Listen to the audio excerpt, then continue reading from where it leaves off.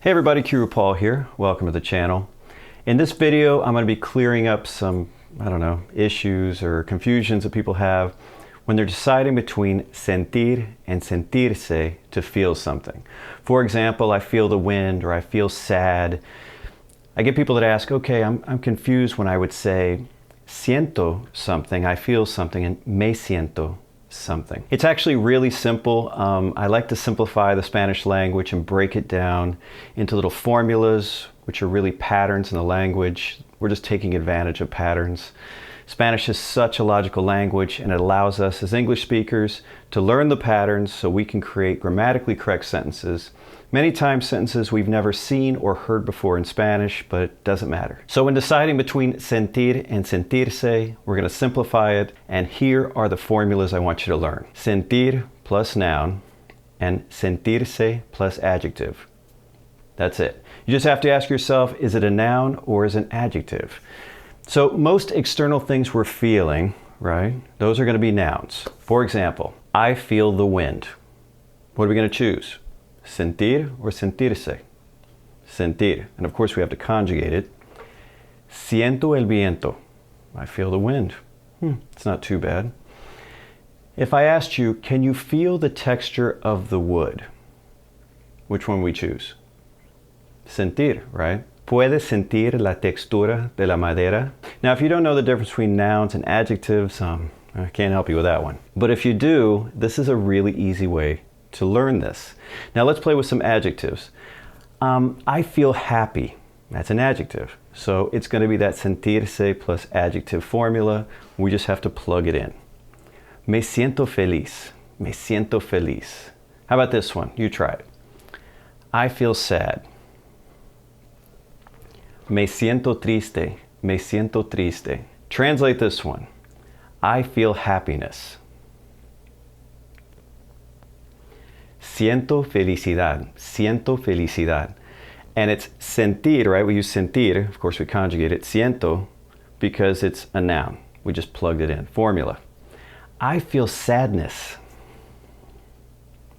Siento tristeza. Siento tristeza. Nouns and adjectives. Easiest way to remember it.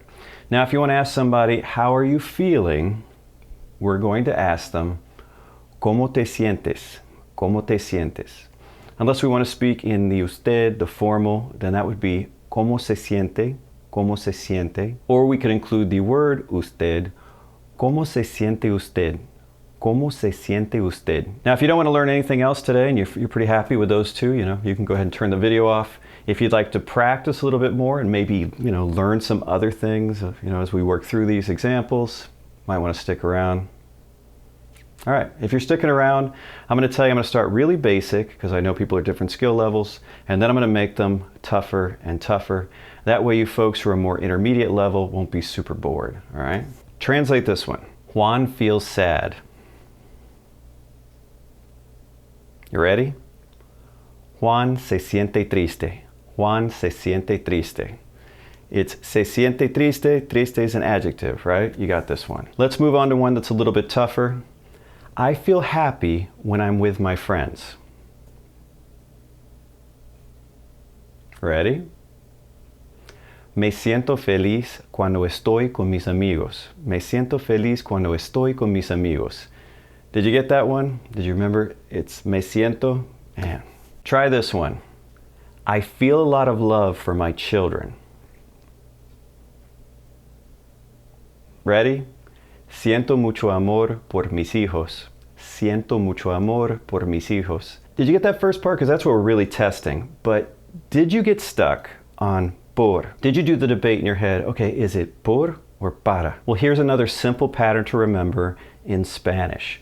When we're saying that we have or we feel, and it can be an adjective or a noun like an emotion or pride or love or respect or even hate, anything like that, for someone, that for is always going to be por.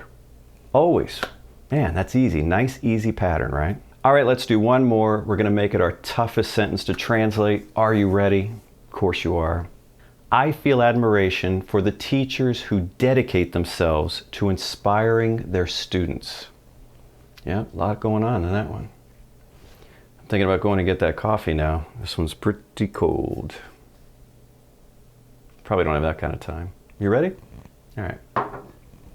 Siento admiración por los maestros que se dedican a inspirar a sus estudiantes. Now you might have had, instead of maestros, profesores, that's fine.